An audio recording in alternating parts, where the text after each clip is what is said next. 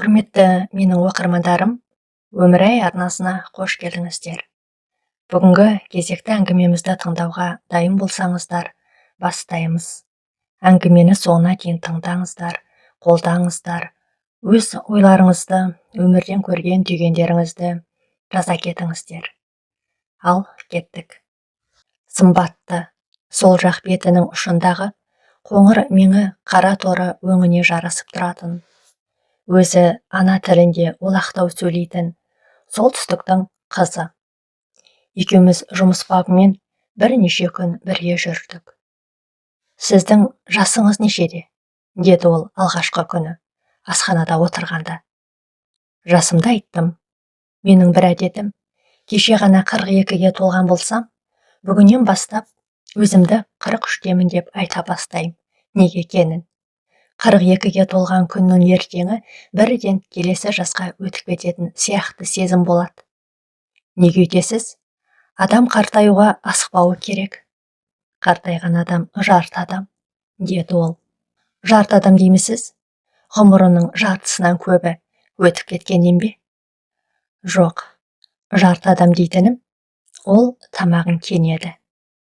Мысалы, адам жас кезінде қандай мықты адам, қандай сұлу, қайратты болса да, қартайғанда әңгімесі де, істеген ісі де бұрынғыдай болмайды. Денсаулығынан да, ажарынан да, мінезінен де тек жартысы қалады. Сонда ол жарты адам болмай ма? Сіздің қарттыққа қатысты тұжырымыңыз қаталдау екен. Қарттықпен келетін өмір тәжірибесі, даналық ше. Оның бәрі бос сөз, жұбату үшін шығарған. Қартайған адамның бәрі дана болмайды. Ол о бастан сүйекке бітетін қасиет. Жас кезінде ақылды болмаған адамның қартайғанда ақымақтығы көбейетінін де көрдім. Не десеңіз, о деңіз, менің қартайғым келмейді. Қартаюдан қатты қорқам. Бет жүзің әжімнен салбырап, қисайып, белің бүгіліп, жер сені, болмаса сен жерді жетектеп жүргендей болып, күннен күнге кеміп, ескіріп, қалған миыңнан қуаты да, дені дұрыс әңгіме айтуға да жетпей, алжып, лағып отырғаннан қартайып үлгермей кетіп қалған жақсырақ сияқты. Енді оны сіз бен бізден сұрамайды ғой. Рас айтам, қартайған адамның бәрі сыртынан аянышты көрінеді. Әсіресе жас күнінде өте қайратты, белсенді болып, жайраң қағып жүретін адамның аяқ астынан жуасып, жүдеп, уақыттың еркіне беріліп, тізе бүккенін көрудің қандай ауыр екенін білесіз бе? Мен білем, көргем, деді ол сезімтал жанарына сақиналып келе қалған, жасын көрсеткісі келмегендей терезеге қарап. Мысалы, менің әжемнің қимылдаған сайын күш қайраты еселене беретіндей көрінетін. Мен болсам, әжемді еш уақытта қартаймайды деп ойлаушы едім, деп әңгімесін бастады. Біз асханадан шығып, ескі ғимараттың ауласындағы орындыққа тізе бүктік. Түскі үзіліс біткенше әлі уақыт бар еді. Арай 2 автобус ауыстырып, қала шетіндегі әжесінің үйіне апта сайын келіп тұрады. Соңғы кездері әжесін уайымдап қайтатын болып жүр. Неге мінезі өзгеріп кетті? Не жағдай болуы мүмкін? Уайымы не? Неге бұрынғыдай ашылып сөйлемейді? Дегенді ойлай береді. Әжесінің 7 мысығы бар. Әжесі мысықтарының әрқайсысын атымен атап, әрқайсысы туралы әңгімелеуден жалықпайды. Бүгін Елизавета тырайып жатып көп ұйықтады дейді. Бұл жасы кеп біразға келген сарғыш мысық. Соңғы кезде ұйықтай беретін. Арай да байқаған. Арайдың кішкене кезінде де үйде дәл осындай сары мысық болды. Қыз мысықтың құйрығына жармасып, тартқылауға құмар еді. Сонда әжесінің жаны шыға жаздайтын. Неге өйтесің? Арайжан, қой, мысықтың құйрығына тиіспе. Мысықтың құйрығы омыртқасына байланған. Ол омыртқада жүйке талшықтары болады. Мысықтың жүйкесіне зақым келсе, жаным, тиіспеші, дейді. Арайжан, ботам, мұрты мысыққа қараңғыда сезу үшін керек. Мұртың қиғаның не? Есие келе мысықтың құйрығын тартып, мұртын қиып тастайтын әдетінде қойды. Ал мына жарғақ таң атқалы тыным табар емес. Жарғақ дегеннің тұқымы бөлек, тұрбаты басқа мысық. Әжесінің 7 мысықты немересіндей еркелететін жөні бар. Осы уақытқа дейін балалар үйінде жұмыс істеп, шәутен көздерге мейірленіп қалған басы мысықтың баласына да елжіреп тұрады. Жалғыз ұл үйленіп, алғашқы немересі дүниеге келгенде атасы мен әжесінің жаны қалмайтын. Арайдың әрі тұңғыш, әрі жалғыз немере боларын сезгендей, жақалақты бір-бірінен қызғанды. Дәмдінің бәрі, жақсының бәрі арайға арналатын, бәрі арай үшін. Сосын бір күні бәрі өзгерді. Жалғыз ұл көлік апатынан қайтыс болды. 1 жылдан соң келін төркінге кетті. Енді арайды атасы мен әжесіне кей жексенбілерде не мерекелерде ғана алып келетін болды. Немерелерін әкелген күні шат-шадыман, шаттыққа толатын мансұрт үй үлкен. Ол кеткен күні сүйек шыққан қараша үйдей құлазып қалатын. Сөйтіп жүргенде арай мектепке барды, мектеп бітірді, студент атанды. Атасы қайтыс болғаннан бері жексенбі сайын келетін болған. Әжесі жалғастырамасын дейді. Биыл 70-ке келетін әжесі қалай болғанда да бұрынғыдай емес. Ашық жарқын мінезі қалып, томаға тұйық хал болып кеткен. Ештеңеге зауқы жоқ. Немересі келгенде баяғыдай үйін жайнатып, дәмді бірдеңе пісірмек түгілі, бұл келгенде жанарына алтын шуақ үйіріліп, айналып толғанып, қуанбайтын секілді. Бейжай. Ал бұрын қандай еді, енжар тартқан кезін көрмепті. Шаршамайтын, ерте тұрып алып, бүкіл шаруасына үлгеретін. Аулаға гүлдің 10 шақты түрін егуші еді. Жұмысты қойған соңда үйде отырмай, өзі секілді құрбыларымен фитнес клубқа барып, саяхатқа шығатын. Бұл өзі оның жас адам сияқты. Қимыл қозғалысына, өмірге деген құштарлығына таң қалатын. Ал ендіше, сәл нәрсеге өкпелегіш. Есте сақтау қабілеті де бұрынғыдай емес. Әңгіме айтып отырып, біреудің атын ұмытып қалса, не бірдеңе ойласа, сол күйі есіне түсіре алмайды. Арайдың телефонына қоңырау келді. Шешесі екен. Арай, сен әжеңнің үйіндесің бе? Иә, осындамын. Осы апта қала сыртына демалуға барамыз дегеніміз қайда? Жоқ, бармаймын. Әжемнің қасында болам. Ой, сен де бір демалысымды құрттың ғой. Сен келді деп қуанар деймісің? Қайтсаңшы үйге. Мам, енді бірдеңе айтсаң, тыңдамаймын. Телефонды жаба салам. Оның жағдайы қиын, онсыз да. Не болыпты оған? Сен түсінбейсің. Әжесі өткен түні немересін 4 рет оятты. Әй, бүгін қандай күн? Сен нағып жатсың? Деп сұраумен болды. Түннің бір уағында әжесінің күбірлеген дауысынан оянып, әуелі ештеңе түсінбей жатты. Әжесі қараңғы жерде жүрегін ұшырардай дауыстап, бір жаққа барып қайтарда адасып қалғандай, немесе баратын жағына жете алмай жүргендей. Бұл қай жер? Деп сұрайды. Енді бірде өзін біреулер ұстап алып, қапасқа қамап қойғандай жан ұшырып, әй, мені жіберсейші, енді жібер, деп жалынумен болады. Оның қасында жатып, арайды үрей билейді. Бірақ шешесіне бұл туралы айтып жатқысы келмеді. Әжесіне тағы бір келгенімде, осыған ұқсас жағдай қайталанды. Сенбі күні екеуі әдеттегі уақытта ұйықтауға жатты. Түн ішінде әжесі мұның көрпесін жұлқи тартып, оятып жатқанын біледі. Әже, не болды? Жай ма? Неге екенін әжесінің дауысы ашулы шығады. Тұр деймін саған, тұр. Кімсің? Мұны білегінен қысып ұстағанда, қолы қаттырақ батып кетті. Кімсің деймін?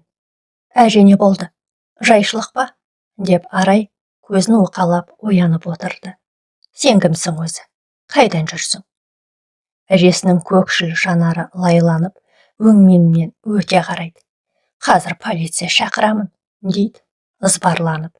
Әже, деп айқайлап жіберді Арай. Осы кезде іші басы қалтырап кеткенде болды. Мен ғой, танымадың ба? Мен Араймын.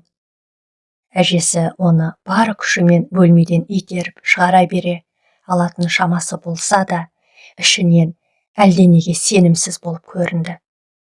Осыны байқаған Арай есі шыға атып тұрып, ақтарып жүріп, ескі альбомды алып келді. Ол альбомның ең бірінші бетіндегі әкесінің суретін көрсетіп, бұл Болат, ол менің әкем, деді. Әжесі оған таңырқай қарады. Иә, Болат қой. Дауысы жуаси шықты. Қайдан білесің оны? Ал келесі бетінде әжесінің жастау уағында талдан ұстап тұрған суреті тұрды. Бұл сен ғой, әже. Мен екенімді қайдан білесің? Деп таң қалды әжесі. Өзің бәрін танып тұрсың. Комод үстіндегі рамкадағы Арайдың сәби кезіндегі суретіне жеткенде, айта қойшы, бұл кім? Деп сұрады әжесі. Сосын екеуі де бір-біріне қараған күйі күліп жіберді. Кәрі әйел немересінің күліп тұрып көзінің жасын сүрткенін байқамады. Кейде әжесінің меңірейіп, бір нүктеге қарап ойланып кеткенін, немесе қалшиып тұрып қалғанын көргенде, немере қыздың бойы мұздап, суып кетеді. Әлде оны психологқа барған дұрыс па? Деп бір ойлады. Әрине, әжесі оқыған, көзі ашық адам, қарсы болмасы анық.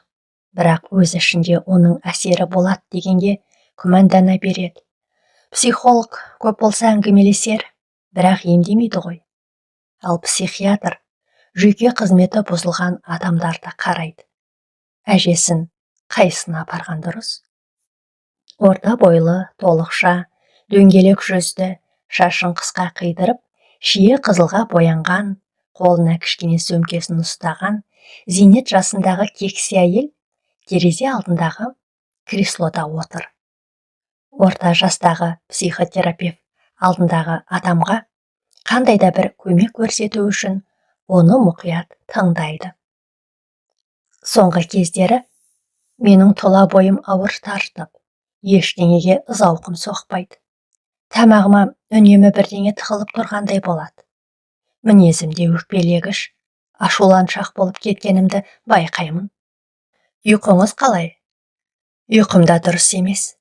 2-3 күнде бір ұйықтап жүрмін. Қалқанша безінің жұмысын тексерттіңіз бе? Иә, енді геронтологқа бардым. Ол жағынан бәрі дұрыс. Бірдеңе уайымдап жүрсіз бе? Бірдеңе мазалай ма? Мазалағанда кейде аяқ астынан бір жақтан үрей келеді де, сол күйі тұла бойыма жайылып, өзімнен өзім қатты қорқам. Қатты үрейленемін, сондай. Тап қазір құлайтын шығармын. Осымен бәрі біткен шығар деген ойдан қалшылдап кетем. Жақында туысыңыз не жақыныңыздан айырылған жоқ па едіңіз?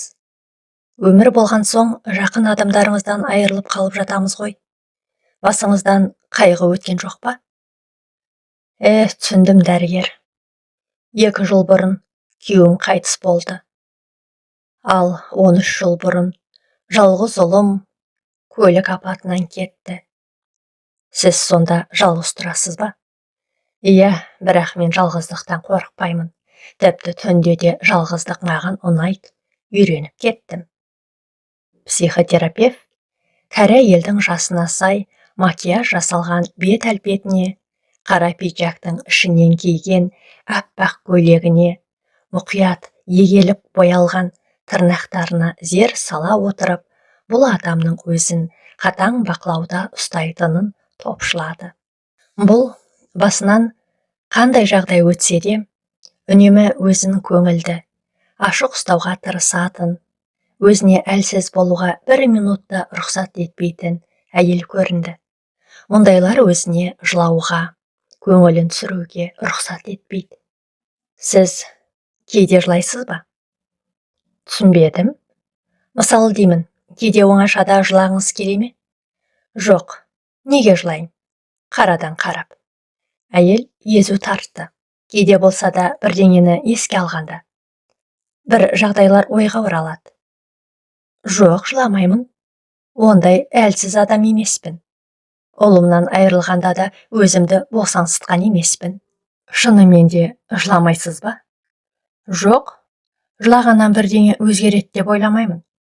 Бекерге езірей түсесің. Әйел маманың қабылдауына апта сайын келіп тұрды. Рас, кейде осы жүрісім бос жүріс бола ма? Мені қорқынышымнан арылтуға бұл кісінің шамасы келмейтін шығар деген күмәні де болған. Бірақ қадағалап қиылып болмаған немересінің көңілін қимады. Әрі психотерапевтің бұны мұқият тыңдап отыратыны да көңіліне ұнай бастаған.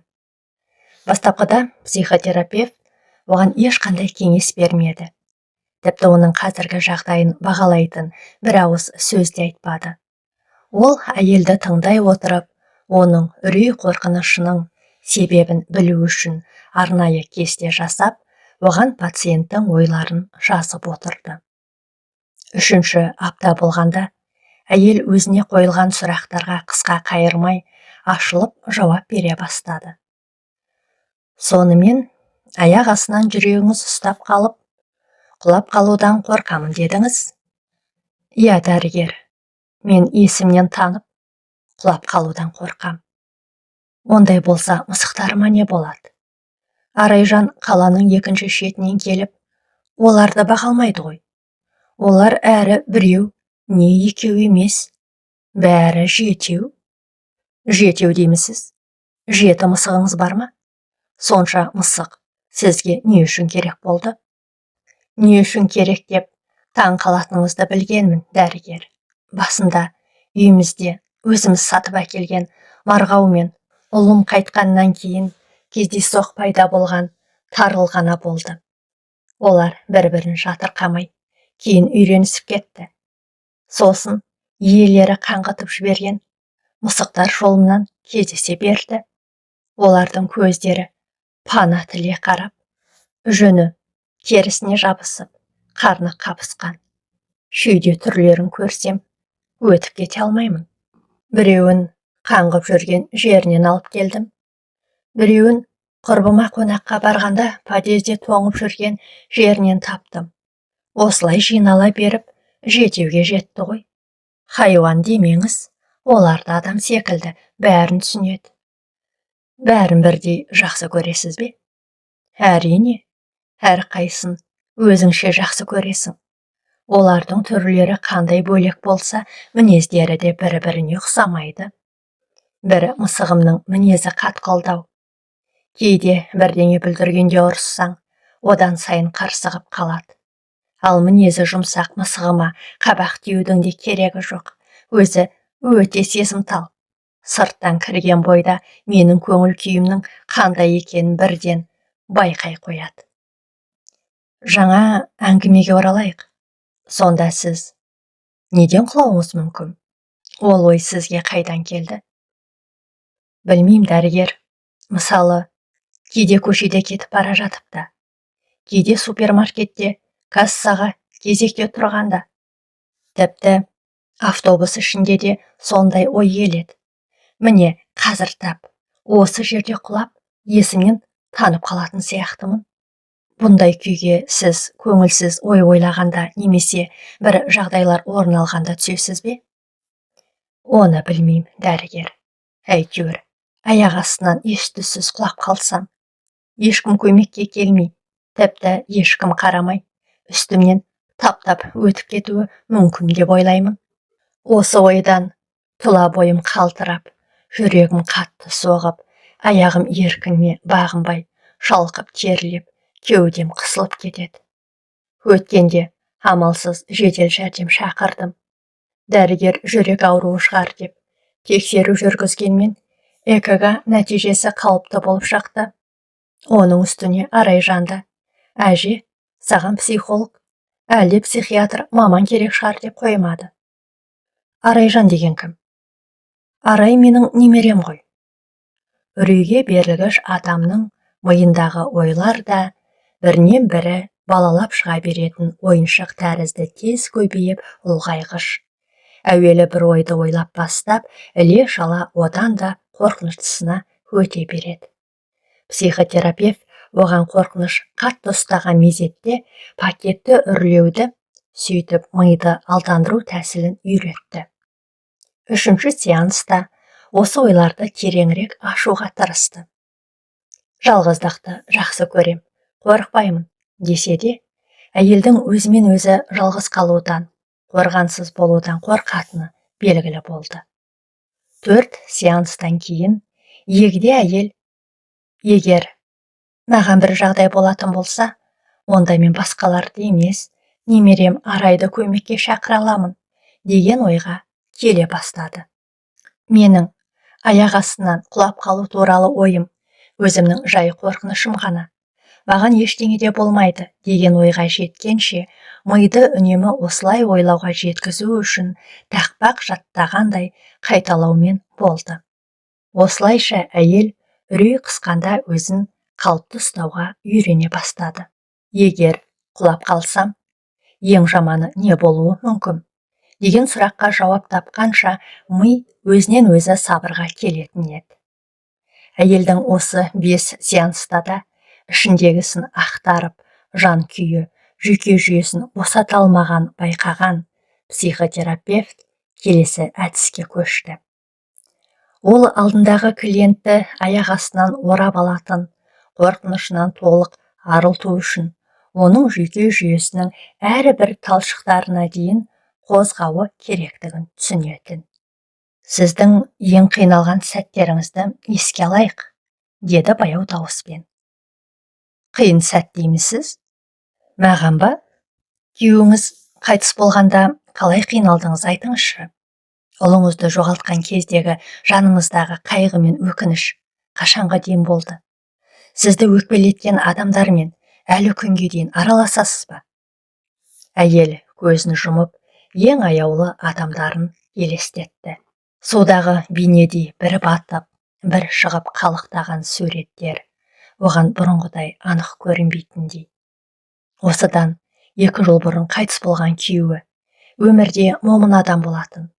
2 кештің арасында тып-тыныш қана ұйықтап кете берген. Әйел сәл дірілдеген дауыспен күйеуімен бірге өткізген жақсы кездерді, теңізге, тауға бірге қыдырған сәттерін баяндап шықты. Тапа-тал түсте рульде қалғып кеткен біреудің кесірінен Петропавлдан Омскіге апаратын жолда қаза болған ұлы туралы айтқан кезде тыныс алуы жиіледі.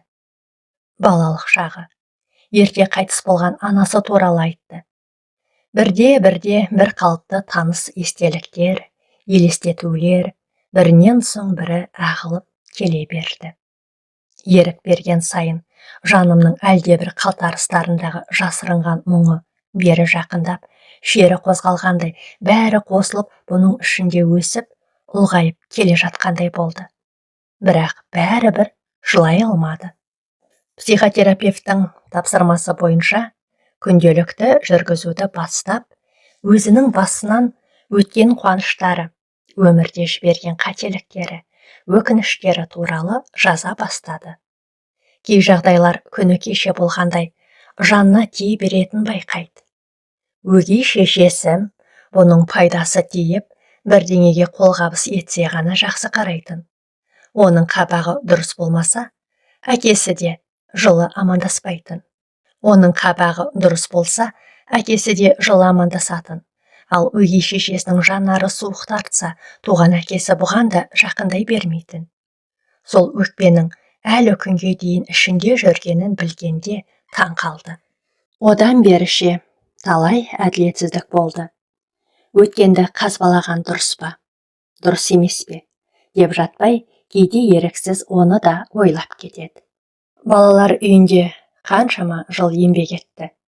Сонау 90-шы жылдары әркім өз күнкөрісіне әрең шамасы жетіп жүрген кезде, бұл қараған жетім баланың қарны ашпасын деп шапқылаумен болды. Көңілі тоқ болғаннан да бала өзін аш сезінетін болуы керек.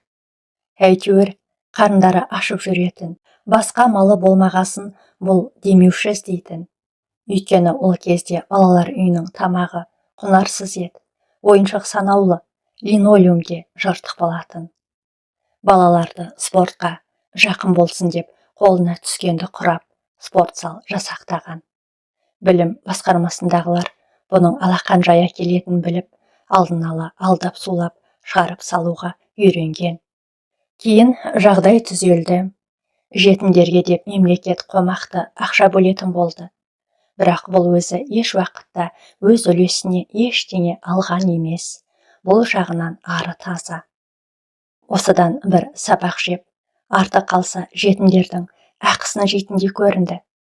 Ал зейнет жасына жақындағанда, жаңа басшылар бұның баяғыдан бергі еңбегін бағаламақ түгілі түртпектей бастады.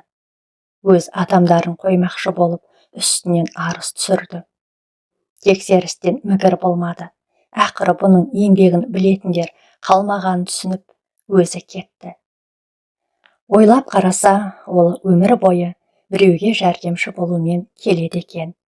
Біреуге анадай көмек, біреуге мынадай көмек керек болса, көмектесе береді. Оған өкінген жері де жоқ. Өзінің өмір сүріп жүрген осылай сезінетіні рас. Ал бір күні бұның өзіне көмек керек болады деп ешқашан ойлап та көрмепті.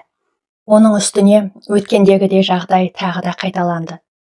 Күндегіше кешкі тамақтан соң мысықтарының орнын тазалап, енді жайғасам дегенде қарадан қарап көңіл күйіне бірдеңе болып, тұла бойы өзінен өзі салқын тартып, жүрегі суылдап, бойын белгісіз бір үрей билеп алды. Бұл тіпті бой бермей күшейе түсті.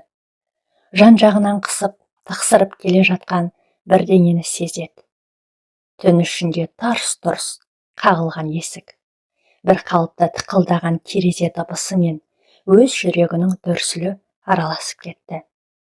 Төсегінде тас бүркеніп жатса да, бәрі құлағына анық естіліп тұрды. Кірпігі ілінбестен, ауыр ойлардың салмағынан уақытта баяу жылжып, қара көлеңке азайып, таң шымылдығын түргенше жатты да қойды. Ұйықтамағаннан көзінің асты қалталанып тұрғаны, мұқият жасалған макияжда жасыра алмапты. Психотерапевт емделушінің жағдайын сұрады. Кеше бір жағдай болды ма? Әлде жайсыз бірдеңе естідіңіз бе? Шамалап тұрсыз, дәрігер. Кеше мен жанымда астан-кестен қылған бір оқиғаны естідім. Содан мазам жоқ. Бұл сізге әсер еткеніне қарағанда өзіңізге қатысты болғаны ғой? Жоқ. Иә, қалай десем екен. Бұл аянышты жағдай. Содан ұйықтамадыңыз ба? Иә. Жоқ. Аздап ұйықтадым. Бірақ санам шаршап тұрды. Ол адамның сізге не айтқанын білмеймін. Бірақ басыңыз ауырып, ұйықтай алмай, жайсыз күйге түсетін болсаңыз, сізге де ендігі әрі ол адаммен сөйлеспеуге кеңес берем. Раямен бе? О, не дегеніңіз, дәрігер? Раямен қалай сөйлеспеймін? Бұл мүмкін емес. Ол өте жақсы адам. Ол тек болған жайды айтты. Бұрынғы әріптестердің ішінде баяғыдан бері маған да деген көңілі өзгермеген. Тек сол ғана. Анда-санда хабарласып, халім біліп, балалар үйіне қатысты естіген жаңалығын айтып тұрады. Екеуміз балалар үйіндегі өзіміз тәрбиелеген балалар жайлы айтамыз. Бірге жұмыс істеген қызметтестерді еске аламыз. Ол сондай жақсы адам. Бірақ инсульт алып қиналып жүр. Соны ойымдадым ба? Қалай десем екен, дәрігер? Бұл өте қиын жағдай. Біздің бір баламыз американдықтар асырап алған еді. Әйел ауа жетпегендей аузын ашып, демін шығарды. Әбден ер жеткенде өз-өзіне қол салып қайтыс болыпты. Ең сұмдығы сол. Асырап алған ата-анасына өкпелеп кетіпті. Әйел тамағын жөткірене берді. 3 жасында кетіп еді бізден. Сіздің жылағыңыз келе ме? Келеді, бірақ жылай алмаймын. деді оң қолымен тамағын ұстап. Психотерапевт өзі кеткен нәтижеге жеткенше әлі бірнеше сатыдан тұратын жұмыс керегін ойлады. Алдымен емделушінің өзі қойған, өзіне өзі қойып тастаған блоктарын қозғай алуы тиіс. Ар жағы тәжірибесі бар маманға қиын емес. Ол бала қандай еді? Баланың жаманы болмайды ғой, дәрігер. Ал Асхат сондай сүйкімді бала еді. Сұйықтау кекілі бар. Қазақтың қара баласы деуге келе бермейтін, аққұба, үлкен қоңыр көздері жаудырай қарап, қалың кірпіктерін қағып қойып отыра беретін. Ешкіммен тәжікелесіп, жағаласып жатпайтын.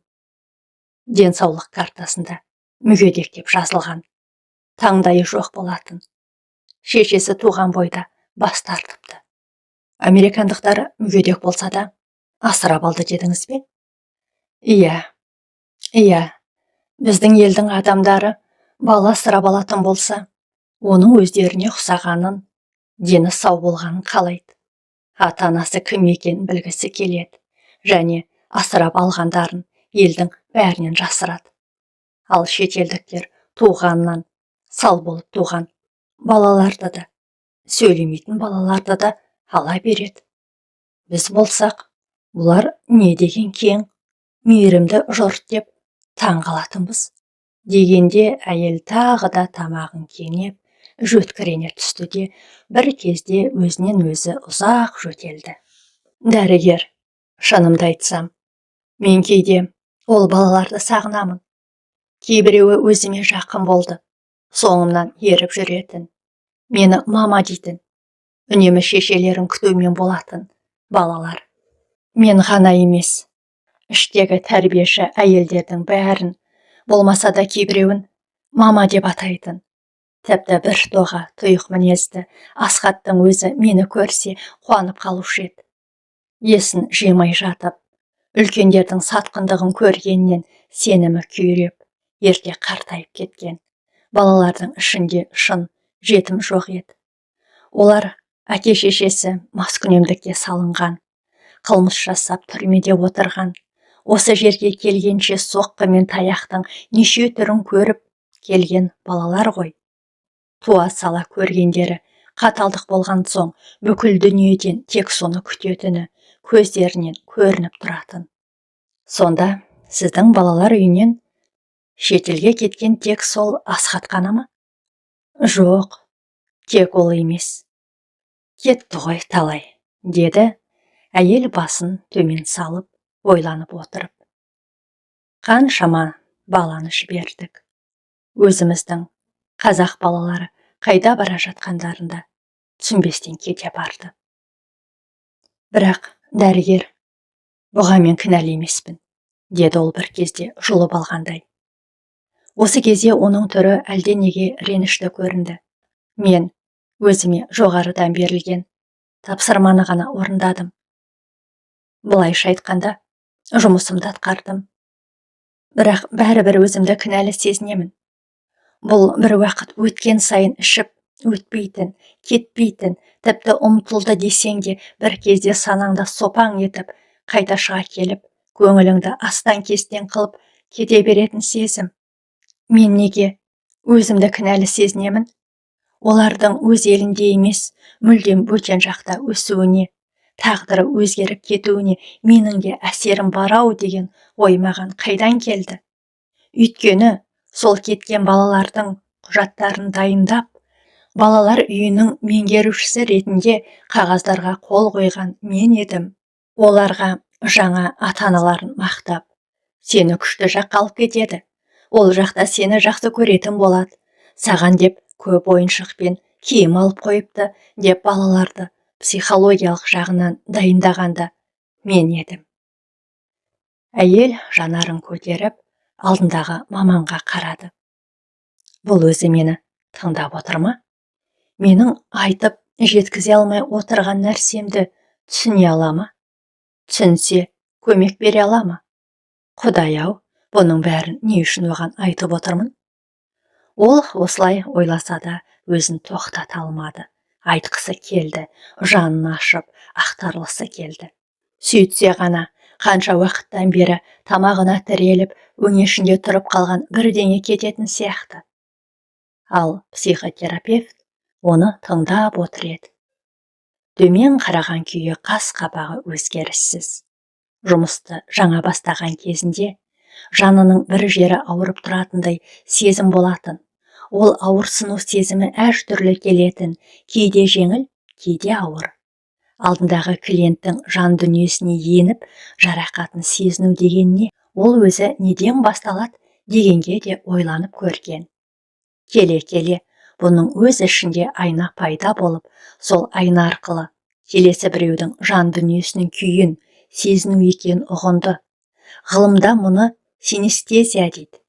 Басқаның мұңы бұған берілгенде, өзінің оны сезінуі басталар шекті тауып алмаса, бұның бәрі жұмысқа кері әсер етерін көзі жеткесін, ол осылай өзінің сезіну күйіне тұншығып, басқаның мұңына батуды қойды. Ендігі жерде күдікті түсінігімен ғана шектелді. Ханым, бұл қанша уақыт болып еді? Ол кез еліміз тәуелсіздік алған жылдар еді. Еліміздің үлкен ханымы солтүстіктегі біздің қаламызға келіп, өзінің атақты сауықтыру әдісін таратып, балаларға соны қолдана бастадық. Жетім балалар біздің айтқанымызды орындап, қар үстінде жалаң аяқ жүретін, суық су құйынып, денесін шынықтыратын. Біз соны суретке, видеоға түсіріп, еңбегіміздің нәтижесін көрсетіп, үлкен ханымға есеп беретінбіз. Бұл әдістің бала денсаулығына пайдасы мол екенін дәлелдейтін қаншама семинар, конференциялар өткіздік. Шын мәнінде оның әсері қандай екенін зерттеген кім бар дейсіз? Осы кезде шетел азаматтарының біздің елден бала асырап алуы шиелей бастады. Басқа қаланы білмедім. Бір ғана біздің балалар үйінен қаншама баланы өз қолымен жетектеп әуежайдан шығарып салдым. 3 рет емес, 7 рет емес, Құдай-ау, бірнеше рет сөйттім-ау. Сонда титтейінен көз алдымда өскен балақандар кішкентай қолдарымен менің саусағымнан қыса ұстап тұрып, маған сенген күйлері ғой. Бір жаққа қонаққа бара жатырмын деп ойлап, қуанып келе жатыр еді. Көліктің ішінде отырып та ештеңе сезбейді. Кәусар күлкісімен сығылықтап мәз болып. Әуежайға кірген кезде менің бетіме бір, өзін алып кеткелі жатқан адамдарға бір шапақ-шапақ қарап қояды. Бір кезде жолаушылар жолағына өткенде барып, менің бірге бармайтыныма көзі жетіп, жанарына әлде бір үрей тынар еді.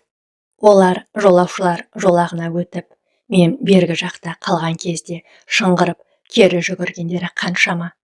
Сол кезде мен тамағыма өксік тығылып, артыма қарамай кері бұрылып шығып кеткенше асығамын. Енді болмаса, өзімде кетіп бара жатқан балаға жабысып, қатып айырмай қоятындай қорқатымын.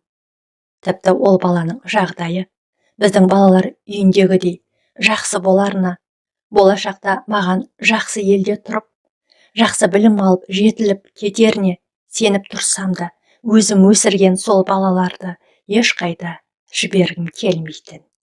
Балалардың денсаулығына қатысты деректердің кейбірі шындықтан алыс екені, не тым әсірелеп көрсетілгені ешқашан айтылған емес. Тіпті баланың тіркелген жері де қате беріліп жатты. Бұның бәрі билік басындағы үлкен адамдардың қолымен шешіліп отырған шаруа екенін біліп тұрсам да, балалармен қоштасқан күні қатты күйзеліп ұйықтай алмайтынмын. Күйеуім, сен неге өз балаңдай көріп, әр баланы қимай қаласың? Бұл сенің жұмысың емес пе? Деп қанша айтса да, мен тынши алмайтынмын. Сәбилік пәктікпен маған сеніп қарайтын көздерде үркектік пен белгісіздік, алдындағы қорқынышпен пайда болғанын көру ауыр еді. Осыны айтқанда, әйелдің көз құйрығы суланды да ыстық жасы тарамдалып, бетін күйдіре сорғалады. Бір кезде тығыны атылып, солқылдап жылап қоя берді. тоқтай алар емес. Дәл қазір ең күшті жұбату сөзі де әсер ете алмайтындай. Көзінің жасы жиналып қалған ба? Кейде дыбысын шығарып, кейде үнсіз егіліп ұзақ жылады. Дәрігер ұсынған бокал толы судан жұтқаннан кейін барып, солығы басылғандай болды.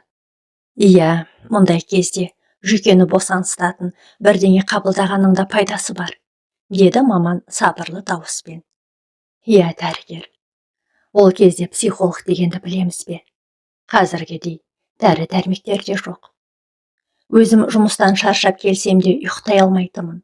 Шетелге кеткен балаларым не істеп жатыр екен? Бізді сағынып жүрген шығар. Айдостың досы Әли еді. Ол Әлиден басқа ешкіммен ойнамайтын.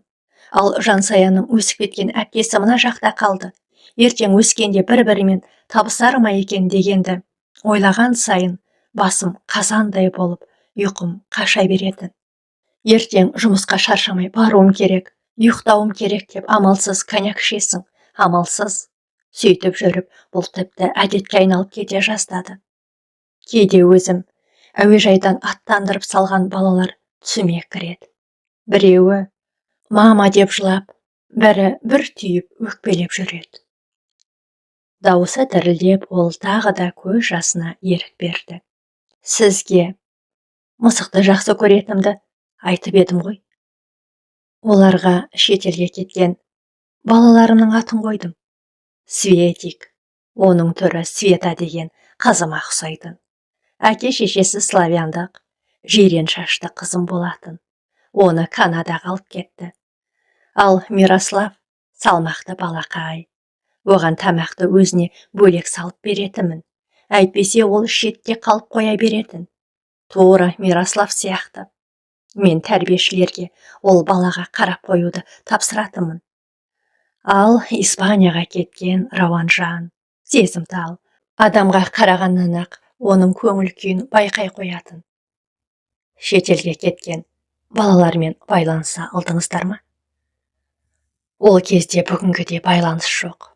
Ортадағы бір адамдар арқылы сіздің балалар үйінен кеткен балалардың жағдайы жақсы деген хабар алатынбыз, соған мәз болатынбыз.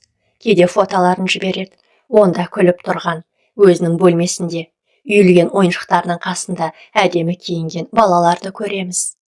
Оны көрген осындағы балалар басқа жақтан жаңа танасы келіп алып кетсе екен деп армандайтын. Олардың бәрінің жанарында сол кезде мен де өзімнің 2 қабатты коттеджімде, өзімнің бассейнде түскен суретімді дәл осылай жіберсем деген арман тұратын. Олар осы жердегі жұпыны өмірден, құнарсыз асхана тамағынан, тәрбиешілердің қит етсе қатайып шығатын дауысынан мезі болғандары сондай, әйтеуір осы жерден кеткілері келетін. Әйел тағы біраз үнсіз отырып, бір кезде өзімен өзі сөйлескендей ақырын күбірледі. Бәрібір, бұл жақтағы емес, шетелге кеткен балаларды көбірек уайымдаймын. Неше жылдан бері. Өйткені мен олардың бәрінің бірдей болашағы керемет болып кетпегенін, кейбіреуі түсініксіз жағдайда қайтыс болған естідім. Өзімді осыған кінәлі санайтынымды қоя алмаймын. Мен олардың тағдырына араластым ба деймін. Сіз ол балалармен кездесер ме едіңіз? Білмеймін, жауабы қиын сұрақ. Айтпақшы, былтыр бізден 3 жасында кеткен бір баламыздың солтүстік облыстан туған анасын іздеп жатқан оқыдым. Суретіне қарап біздің бала екенін бірден таныдым. Құдай-ау, сол кезде жүрегім атқақтап, әлгі баланы көргім келді, сөйлескім келді. Бірақ оған не айтам? Кезінде сені шетелге жіберген біз едік. Құжаттарыңды әзірлеп, әуежайдан шығарып салған мен едім деп, қалай айтамын? Дәрігер, мен кінәлі емеспін. Бірақ сол кеткен балалардың бәрі болмаса да кейбіреуі мені кінәлауы мүмкін ғой. Мен сізді түсінемін. Бұл оңай емес. Бірақ сізге басқаша ойлауға кеңес беремін. Әр істің қайыры да бар демейме? Мысалы, балалар үйінен шыққандардың көбі білім ала алмайды, жұмыс таппайды. Олар бұл жақта қалса қалай болар еді? Кабинетте үнсіздік орнады. Сонда сіз маған Шетелге кеткен балалардың көбі өмірден өз орнын тапты деп ойлаңыз дегіңіз келе ме? Демекшімін. Меніңше, осылай ойласаңыз, өзіңізге де жеңілдірек болар еді. Біз кейде жауапкершілік пен кінәліліктің айырмашылығын шатастырамыз. Жауапкершілік бір кездегі ісіміз үшін есеп бере отырып, оның салдарынан қашпау. Ал сіз ол кезде оның арты қалай боларын білмедіңіз ғой. Есіңізде болсын, өмірдің қуанышын ұрлайтын 3 нәрсе бар. Соның бірі өткенге өкініш. Өкіну жаныңды жегеннен басқа ештеңе бермейді. Психотерапевт қалған екеуін айтпады. Шамасы кәрі әйелге оның маңызы болмас деп ойласа керек. Түнімен соққан солтүстіктің желі біз отырған жерге көп кепкен жапырақты қопаратып, шашып тастапты. Айналадан шіріген жапырақтың иісі шығып тұрғандай. Арайдың әңгімесін тыңдап отырып, бойым тоңази бастаған байқадым. Бірақ орнымнан тұрғым келмейді. Арайдың әжесінің қорқыныштан арылып, жақсы болып кеткені туралы тыңдап, көңілім жайланып, бірақ қозғалсам деймін. Психотерапевтке барған, әжеме көмек болған, қайтадан баяғы қалпын тапқандай еді. Осылай 2 жыл жүрді. Осы 2 жылда тыным көрмеді. Анда-мұнда кіріп жүріп, бір жетімді жұмысқа орналастырды.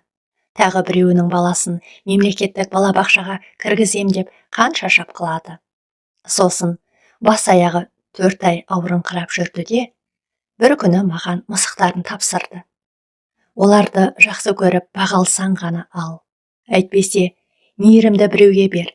Өкпелетпе, олар хайуан болса да бәрін біледі деді. Қайтарының алдында сандырақтап. Мен кінәлі емеспін, дей берді. Сосын комаға кетті. Әжемнің жаназасына көп адам келді. Тіпті нөпір халық жиналды десем болатын шығар. Олардың бәрі балалар үйінен шыққандар екен. Кейбіреуінің қатты қайғырғандарын көрдім, дәл бір өз анасынан айырылғандай жылап жатты. Тіпті бұған енесімен алыстан сыйласатын шешемде таңғалғандай еді. Арай, бұл жайында жазамын деген ойым болмаған. Бірақ осы әңгімеден кейін бірдеңе мазамды ала берді. Демі үзілгенше өз ісіне адал болып өткен, жаратылысынан мейірімді адам туралы естігенім кеудемді жылытқанымен, оның ішіне түскен көңілсіз жайлары жанына еш маза бермей, ақыры дерт болып жамылып жеңіп тынғанын шынымен де мұңлы еді. Әңгіменің соңы. Құрметті оқырмандарым, өз ойларыңызды жаза кетіңіздер. Келесі әңгімелерді жіберіп алмас үшін арнама тіркеліп қоңыраушаны басып қойыңыздар.